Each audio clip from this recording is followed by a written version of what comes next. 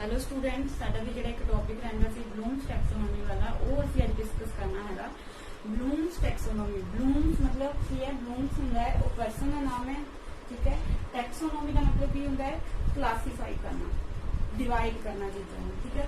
Blooms ने की कीता सी? क्लासीफाई कीता सी किस चीज़ नूं? एजुकेशनल ऑब्जेक्टिव्स में, ठीक है। जो मेनली क्लासीफिकेशन जिहड़ी हैगी है तीन पार्ट्स दे विच है एजुकेशनल ऑब्जेक्टिव्स दी, जो ब्लूम्स ने क्लासीफाई कीता है। फर्स्ट है जी कोग्निटिव डोमेन, सेकंड है अफेक्टिव डोमेन और थर्ड है कोग्निटिव डोमेन। कोग्निटिव डोमेन का मतलब की होंदा है जो साडी मैंटल पावर दे नाल रिलेटेड है, मतलब असी सोचते हाँ, थिंकिंग पावर, साडी मैमरी, साडी ते इहदे च आ जांदी है क्रिएटिविटी। तो जिहड़ी अफेक्टिव है, अफेक्टिव डोमेन दे विच हो जांदियां जिहदे च साडीयां फीलिंग्स ऐड होंदियां हैं कि असी किसी चीज़ नाल किदां किसी चीज़ नूं पसंद करदे हां, नहीं पसंद करदे, मतलब साडीयां लाइक डिसलाइक इहदे विच ऐड होंदियां हैं। वो होंदी है अफेक्टिव डोमेन, मतलब इमोशनली असी किसी चीज़ नाल कितना जुड़े हुए हैं। तो जी थर्ड है कोग्निटिव डोमेन, कोग्निटिव होंगी है जिहदे च साडी स्किल होंगी है, मतलब असी मैनुअली किसी चीज़ नूं कितना कर सकते हैं, ठीक है। तो ब्लूम से मतलब तीन ये मेन कैटेगरीज के विच एजुकेशनल ऑब्जेक्टिव्स नूं डिवाइड कीता सीगा, कोग्निटिव, अफेक्टिव और कोग्निटिव, ठीक है। बट साडे स्टेट दे विच हैगी है revised Bloom's taxonomy. Revised Bloom's taxonomy की कहंदी है? रिवाइज जो चेंजेस आईयां सीगियां वो जिहड़ी साडी फर्स्ट डोमेन हैगी है किहड़ी है? कोग्निटिव डोमेन, इहदे विच चेंजेस आईयां सीगियां, ठीक है। असी यही करनी है, असी इन्हां तिन्नां डोमेन्स नूं नहीं डिस्कस करना है, इत्थे सिर्फ कोग्निटिव डोमेन नूं डिस्कस करांगे क्योंकि रिवाइज्ड ब्लूम्स टैक्सोनॉमी करनी है आपां। तो किहदे विच चेंजेस आईयां सीगियां? जिहड़ी फर्स्ट है कि असी जिहड़ी कोग्निटिव डोमेन है, जिद्दां मैं इत्थे कहा कि हायर लैवल जिहड़ा इहदे विच हुंदा है की हुंदा है? क्रिएटिविटी, असी उत्ते किद्दां पहुंच सकदे हां, तो वो असी डिस्कस करांगे कोग्निटिव डोमेन नूं आपां डिस्कस करांगे, ठीक है। जिहड़ी रिवाइज्ड ब्लूम्स टैक्सोनॉमी है ये दित्ती किने सीगी? पर्सन का नाम सीगा, दो पर्सन है जी जिन्हों का नाम होंदा है एंडरसन एंड क्रैथोवॉल।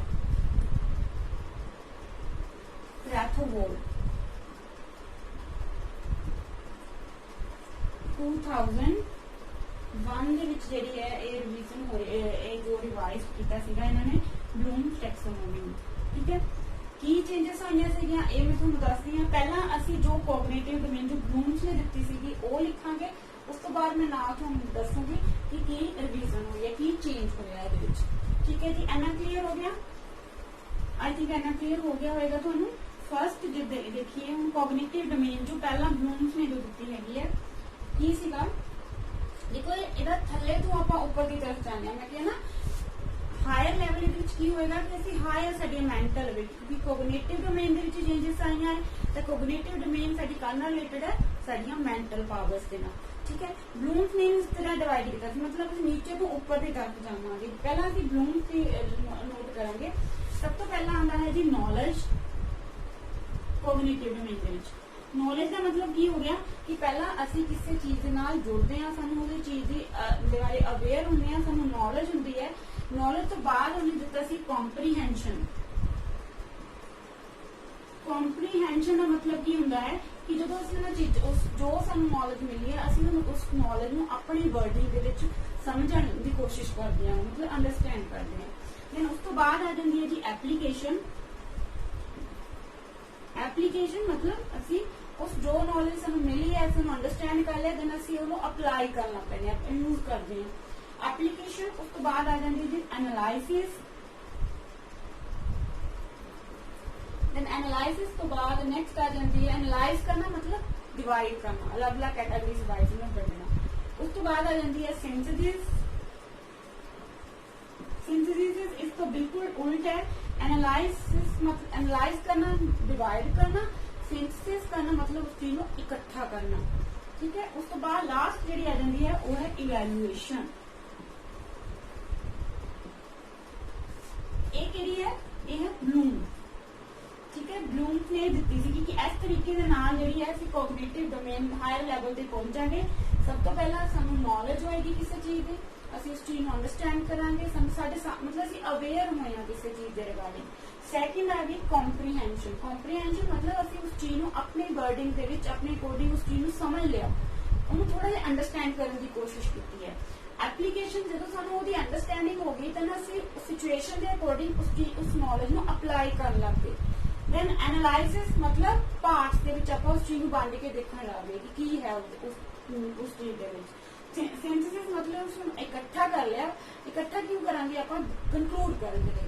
ਤੇ ਲਾਸਟ ਹੈ ਇਵੈਲੂਏਸ਼ਨ। ਇਵੈਲੂਏਸ਼ਨ मतलब ਲਾਸਟ ਸਟੇਜ ਹੋ ਗਈ ਸਾਡੀ ਕੋਗਨੀਟਿਵ ਡੋਮੇਨ ਦੀ ਕਿ ਜਿੱਥੇ ਸਾਡੀ ਹਾਇਰ ਮੈਂਟਲ ਐਬਿਲਿਟੀ ਸਾਡੀ ਡਿਵੈਲਪ ਹੋ ਗਈ। ਇਵੈਲੂਏਟ ਕਰਨਾ ਕੀ ਹੁੰਦਾ ਹੈ, ਅਸੈਸ ਕਰਨਾ ਕਿ ਜੋ ਸਾਨੂੰ ਨੌਲੇਜ ਹੋਈ ਹੈ ਉਸ ਨੌਲੇਜ ਦੇ ਰਿਗਾਰਡਿੰਗ ਅਸੀਂ ਜਜਮੈਂਟ ਕਰਨ ਦੇ ਫਿਰ ਕਾਬਲ ਹੋ ਜਾਂਦੇ ਹਾਂ ਕਿ ਉਹ ਚੀਜ਼ ਸਹੀ ਹੈ, ਉਹਦੇ ਵਿੱਚ ਕੀ ਸਹੀ ਹੈ, ਕੀ ਉਹਦੇ ਵਿੱਚ ਗਲਤ ਹੈ।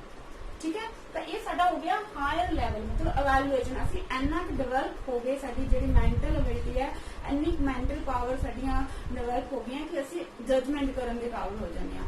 देखो किद्दां चलांगे, ये पौड़ी तां नीचे तो ऊपर की तरफ जाएगी। पहला सानू नॉलेज होएगी, फिर असी उन्हें अंडरस्टैंड करांगे, उन्हें अप्लाई करांगे, एनालाइज करांगे सिचुएशन के अकॉर्डिंग, फिर सिंथेसिस भी करांगे, जोड़ांगे भी, ते लास्ट असी उन्हें इवैल्यूएट मतलब जजमेंट भी करने के काबिल हो जावांगे। ठीक है, तो ये होएगी साडी जिहड़ी हायर लेवल मतलब ये सारी की सीगी जो ब्लूम्स ने दित्ती सीगी कि जिहड़ी कोग्निटिव डोमेन है मतलब मेंटल जिहड़ियां पावर्स है ਉਹਦੇ ਵਿੱਚ ਅਸੀਂ हायर लेवल ਤੇ किस तरीके ਨਾਲ पहुंच सकते हैं। इस तरीके ਨਾਲ कोग्निटिव डोमेन ਨੂੰ ब्लूम्स ने पहला दस्सिया सीगा। ਹੁਣ जो ਅਸੀਂ नेक्स्ट ਅਸੀਂ ਕਰਾਂਗੇ ਇਹਦੇ ਵਿੱਚ ਰਿਵਾਈਜ਼ मतलब ਇਹ ਚੇਂजेस ਕੀ ਆਈਆਂ। ठीक है, ਨਾਲ ਨਾਲ ਕਰਾਂਗੇ ਨੌਲੇਜ ਨੂੰ ਜਿਹਨੂੰ ਉਹਨਾਂ ਨੇ ਨਾਮ ਦੇ ਦਿੱਤਾ ਸੀਗਾ ਰਿਮੈਂਬਰਿੰਗ ਦਾ। पहला लिख लेने फिर मैं तुम दसदी हूं। नॉलेज तो चेंज हो गया रिमेंबरिंग, कॉम्प्रीहेंशन तो की चीज आ गया अंडरस्टैंडिंग। ठीक है, एप्लीकेशन तो की चेंज हो गया जी अप्लाइंग,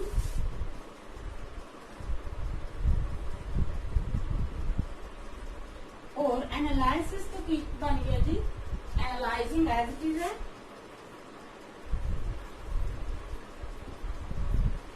और सिंथेसिस की जगह पे साडे कोल आ गया जी इवैल्यूएशन मतलब जी आ चीज है वो इत्थे आ गई इवैल्यूएशन, और एदी जगह पे इवैल्यूएशन की जगह पे साडे कोल की आ गया क्रिएटिंग। क्रिएटिंग बोल सकते हो या इन्हू तुसी क्रिएटिविटी बोल सकते हो। मतलब इन्हां टर्म्स दे विच की रिवीजन हुई, की चेंज आया हैगा। नॉलेज की जगह ले ली जी रिमेंबरिंग, रिमेंबर करना किसी चीज नूं अंडर याद करना। देखो इस लैवल ते इवैल्यूएशन ते दा हायर मेंटल एबिलिटी ते किद्दां पहुंचांगे आपां ਜਦੋਂ ਸਾਨੂੰ जो भी साडी नॉलेज है जो साडे माइंड ਵਿੱਚ कुछ ना कुछ है, ਸਾਨੂੰ रिमेंबर है उस चीज ਨੂੰ बारे ਸਾਨੂੰ मतलब कुछ ना कुछ याद है, ਤਾਂ ਹੀ ਅਸੀਂ ਹਾਇਰ ਲੈਵਲ ਤੇ ਪਹੁੰਚਾਂਗੇ, ਤਾਂ ਹੀ ਅਸੀਂ ਉਸ ਨੌਲੇਜ ਨੂੰ ਯੂਜ਼ ਕਰਾਂਗੇ। ਦੈਨ ਉਸ ਤੋਂ ਬਾਅਦ ਉਸ ਚੀਜ਼ ਦੇ ਬਾਰੇ ਜਜਮੈਂਟ ਤਾਂ ਹੀ ਕਰ ਪਾਵਾਂਗੇ। ਤਾਂ ਫਸਟ ਜਿਹੜਾ ਹੈ ਰਿਮੈਂਬਰਿੰਗ, ਉਹਨਾਂ ਨੇ ਨੌਲੇਜ ਨੂੰ ਕੀ ਕਾਹਦੇ ਵਿੱਚ ਕਨਵਰਟ ਕਰਤਾ ਰਿਮੈਂਬਰਿੰਗ ਦੇ ਵਿੱਚ। ਕੰਪਰੀਹੈਂਸ਼ਨ ਦੀ ਜਗ੍ਹਾ ਕੀ ਆ ਗਿਆ ਅੰਡਰਸਟੈਂਡ। ਅੰਡਰਸਟੈਂਡ मतलब ਆਪਣੀ ਲੈਂਗੁਏਜ ਦੇ ਵਿੱਚ ਉਹਨੂੰ ਸਮਝਣਾ।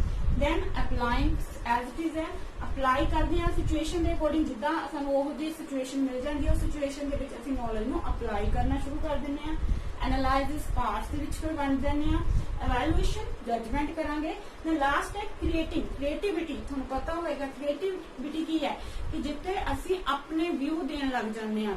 ਠੀਕ ਹੈ, ਆਪਣੇ ਲੈਵਲ ਤੇ ਅਸੀਂ ਆਪਣੇ ਵਿਊ ਦੇਵਾਂਗੇ ਕਿ ਕੀ ਹੋ ਸਕਦਾ ਹੈ ਅੱਗੇ। समझ लगी, एक हायर लेवल हो गया क्रिएटिंग या क्रिएटिविटी तुसी बोल सकते हो। समझ लगी, ये रिवीजन ये चेंजेस आईया सीगियां फर्स्ट जेडी डोमेन सी कोग्निटिव डोमेन दे विच जो ब्लूम सी ओरिजिनल है ते आ जो चेंजेस आईया तुसी एज इट इज कर लेनियां हैगियां। समझ लगी, ये एज इट इज इस तरीके नाल आपां करनियां हैगियां। ठीक है, उस तो बाद जे आपां हुण गल करिए असी जो एजुकेशनल ऑब्जेक्टिव्स है उन्हां नूं आपां लिखना किद्दां हैगा। इन्ना क्लीयर हो गया होएगा आई थिंक। नॉलेज तो की बन गया रिमेंबरिंग, कॉम्प्रीहेंशन तो बन गया अंडरस्टैंडिंग, एप्लीकेशन तो हो गया अप्लाइंग, एनालिसिस तो हो गया एनालाइजिंग, देन सिंथेसिस तो हो गया इवैल्यूएशन, और इवैल्यूएशन की जगह पे की आ गया क्रिएटिविटी। ठीक है जी, अगे आप चलते हैं ब्लूम। जदों देखो असी ऑब्जेक्टिव लिखने है, जो भी असं ऑब्जेक्टिव लिखने है ਅਸੀਂ ਉਹਨਾਂ ਨੂੰ ਬਿਹੇਵੀਅਰ ਟਰਮਸ ਦੇ ਵਿੱਚ ਲਿਖਦੇ ਹੁੰਦੇ ਹਾਂ ਕਿ ਜਿੱਦਾਂ ਮੰਨ ਲਓ ਹੁੰਦੀ ਰਿਮੈਂਬਰਿੰਗ ਹੈ ਤਾਂ ਰਿਮੈਂਬਰਿੰਗ ਦਾ ਮਤਲਬ ਕੀ ਹੁੰਦਾ ਹੈ ਕਿ ਅਸੀਂ ਕਿੱਦਾਂ ਲਿਖ ਸਕਦੇ ਹਾਂ, ਕਿਉਂਕਿ ਸਾਡੇ ਸਿਲੇਬਸ ਦੇ ਵਿੱਚ ਹੈ ਕਿ ਅਸੀਂ ਨਾ ਆਬਜੈਕਟਿਵਸ ਨੂੰ ਜਦੋਂ ਵੀ ਅਸੀਂ ਲੈਸਨ ਪਲੈਨਿੰਗ ਕਰਨੀ ਹੈ ਤਾਂ ਅਸੀਂ ਬਲੂਮਸ ਰਿਵਾਈਜ਼ਡ ਟੈਕਸੋਨੋਮੀ ਦੇ ਅਕੋਰਡਿੰਗ ਆਬਜੈਕਟਿਵ ਨੂੰ ਕਿਵੇਂ ਲਿਖਾਂਗੇ। ਜਿੱਦਾਂ ਫਸਟ ਸੀਗਾ ਰਿਮੈਂਬਰਿੰਗ ਦੇ ਰਿਗਾਰਡਿੰਗ ਤੁਸੀਂ ਕਿੱਦਾਂ ਲਿਖ ਸਕਦੇ ਹੋ ਕਿ ਸਟੂਡੈਂਟ ਵਿਲ ਰਿਕਾਲ है ना after my teaching student will recall the concept, जो भी तुम टॉपिक करवा रहे हो रिकॉल कर सकते हैं बच्चे, रिकोगनाइज कर सकते हैं, ये सारिया टर्म्स है इन्हां दियां, ठीक है, जिन्होंने तुसी यूज करके अगे ऑब्जेक्टिव लिखने होंगे हैं। लैसन प्लान जो आप करनी है, इन्हां सारिया जो सारिया रिमेंबरिंग है एंड उस तो बाद की सीगा अंडरस्टैंडिंग है, इन्हां दी अगे टर्म्स है, उन्हां टर्म्स नूं यूज करके तुसी एजुकेशनल ऑब्जेक्टिव बनाने होंगे हैं, लिखने होंगे, ठीक है। वो टर्म्स तुहानूं मैं दस देनियां हैगियां, वो टर्म्स तुसीं थोड़ियां जिहियां याद कर लियो कि देखो जो भी लैसन प्लैनिंग आपां करदे हैगे आ, उहदे विच फर्स्ट जिहड़ा है रिमेंबरिंग अंडरस्टैंडिंग, ये हर लैसन दे विच आएगा क्योंकि टॉपिक की नेचर डिफरेंट होंदी है। कोई टॉपिक जिहड़े फैक्ट्स ते बेस्ड होंदे है, फैक्ट मतलब जिस सिर्फ डाटा है कि इन्ने टाइम ते आ चीज हुई है, मतलब फैक्ट है जिस डाटा है जिस तुसीं कोई चेंज नहीं कर सकते, ठीक है। वो होगी पहला इनफॉर्मेशन, जे वो फैक्चुअल नॉलेज भी है तां भी सानू रिमेंबर तो करनी पेगी, अंडरस्टैंड करनी पेगी, है ना, ठीक है। बट कुछ टॉपिक इहो जिहे हुंदे जिन्हां दी एप्लीकेशन भी है हो सकती है और जिथे तुसी अगे एवैल्यूएशन भी जिन्हों तुसी कर सकते हो। साडी इकोनॉमिक्स दे विच बहुत सारे इहो जिहे टॉपिक है, जिवें लॉ ऑफ डिमांड है, लॉ ऑफ सप्लाई है, मतलब लगभग सारे नैशनल इनकम है, जो जिस चीज की उन्हां कंसैप्ट की जो नॉलेज है जिहड़ी हैगी है वो तुसी अंडरस्टैंडिंग तो लैके वो तुहाडी एप्लीकेशन तक पहुंचेगी, ठीक है। तो जो जो टॉपिक है उस टॉपिक के अकॉर्डिंग तुसी इन्हां रिवाइज टैक्सोनॉमी के अकॉर्डिंग इन्हां दी अगे टर्म्स जिहड़ियां दित्तियां उन्हां नूं यूज करके असीं जिहड़े है ऑब्जेक्टिव्स लिखने होंदे हैगे, ठीक है। एक तुहानूं मैं इहदे which book they which proper knowledge दित्ती हुई हैगी है, एक पैराग्राफ डायग्राम बनिया होया है, वो थोड़ा जिहा तुहानूं दस दिंदी हैगी आ कि जिद्दां नॉलेज डायमेंशन है, फर्स्ट जिहड़ी है मतलब नॉलेज जिहड़ी है वो नॉलेज किहो जी हुंदी है, जिद्दां मैं तुहानूं पहले ही दस्सिया कि जिहड़ी नॉलेज हैगी है, एक तां नॉलेज हुंदी है जो फैक्ट्स ते बेस्ड हुंदी है, मतलब जिहदे विच फैक्ट हुंदे है कि एने टाइम नूं जिद्दां हुण लॉ ऑफ डिमांड ही है, ते लॉ ऑफ डिमांड की कहंदा हैगा, ओहदा मेन मीनिंग की हैगा, फैक्ट्स है, ओहदे विच सानूं एज इट इज लर्न करना पेगा। फैक्ट्स हुंदे जिहदे च असीं कुछ चेंज नहीं कर सकते, ये फैक्चुअल इन्फॉर्मेशन होगी। दैन उस तो बाद हुंदी है कंसैप्चुअल नॉलेज। कंसैप्चुअल मतलब कंसैप्ट नूं प्रॉपर अंडरस्टैंड करना, कंसैप्ट है की, है ना। कंसैप्चुअल और प्रोसीजरल, किसी विच कोई प्रोसीजर भी हुंदा है, जिद्दां मान लो असीं स्टैट दा कोई टॉपिक करदे हैगे आ, स्टैट दे विच जिहदा मीन हैगा आपां कढना हैगा जां मीडियन कढना है, ओहदा प्रॉपर स्टैप है, स्टैप बाय स्टैप सानूं वो चीज करनी पेगी, वो प्रोसीजरल नॉलेज होगी, ठीक है। प्रोसीजरल नॉलेज होगी। दैन उस तो बाद लास्ट हुंदी है एक मेटाकोग्निटिव। मेटाकोग्निटिव मतलब एक हायर लेवल ते पहुंच के जिथे असीं थिंकिंग देखांगे, थिंकिंग जज करांगे, जिहदे विच असीं बच्चों ने व्यू लैने हैगे, ठीक है। टॉपिक तुहाडा जिहो जिहा हैगा ओहदे अकॉर्डिंग जिहड़े तुहाडे ऑब्जेक्टिव्स बनणगे, समझ लगी। इदां तुसीं नॉलेज आपां लिख सकदे हां और इस साइड तुसीं लिखोगे अपने जो ऑब्जेक्टिव सीगे, की सीगे, पहला की सीगा रिमेंबरिंग सीगा, सैकेंड की सीगा अंडरस्टैंडिंग, नैक्सट की सीगा अप्लाइंग, फिर अप्लाइंग तो बाद साडे कोल एनालाइसिस, है ना, एवैल्यूएशन एंड क्रिएटिव। वो इतना तुसीं ऑब्जेक्टिव लिखोगे, जो तुहाडा टॉपिक है, टॉपिक का उपर नाम होएगा, है ना। टॉपिक मान लो तुहाडा डिमांड हैगा, ते डिमांड दे विच की है, फैक्चुअल इन्फॉर्मेशन भी है और कंसैप्चुअल भी है। हुण जे फैक्चुअल नॉलेज है तो इत्थे मेरे को की समझाना जा रही हूं, हुण जे फैक्चुअल इन्फॉर्मेशन है तो उहदे विच की करेगा बच्चा, सिर्फ उहनूं रिमेंबर ही करेगा, ठीक है, याद ही कर सकता है, तो थोड़ी बहुत उहनूं अंडरस्टैंडिंग भी हो सकती है, समझ लगी। जे हुण आप डिमांड लॉ ऑफ डिमांड है, प्रॉपर कंसैप्ट सानूं क्लीयर करना पेगा, तो इहदे की हो जाएगी कंसैप्चुअल नॉलेज भी बच्चे नूं उहनूं रिमेंबर भी करेगा, उहनूं अंडरस्टैंडिंग भी करेगा और उहनूं अप्लाई भी कर सकेगा, ठीक है। क्लीयर हो गया।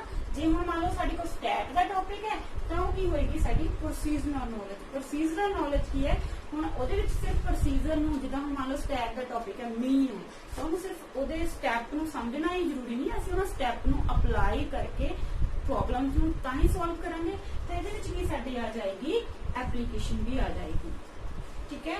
इस तरीके दे नाल जो भी तुहाडा टॉपिक हैगा, तुसीं पेपर दे विच अगर तुहानूं आ जांदा है कि ब्लूम टैक्सोनॉमी दे अकॉर्डिंग ऑब्जेक्टिव लिखो, तो तुसीं की करोगे, इधर तुसीं एक साइड ते तुसीं ऑब्जेक्टिव लिखोगे रिवाइज दे अकॉर्डिंग की है, रिमेंबरिंग, अंडरस्टैंडिंग, थोड़ा दोबारा कर देनी है की है, की हैगी है साडे जिहड़े ऑब्जेक्टिव्स हैगे आ, की सीगे, रिमेंबरिंग सीगी, अंडरस्टैंडिंग सीगी, एप्लीकेशन सीगी, अप्लाइंग, उस तो बाद इवैल्यूएशन, देन क्रिएटिविटी।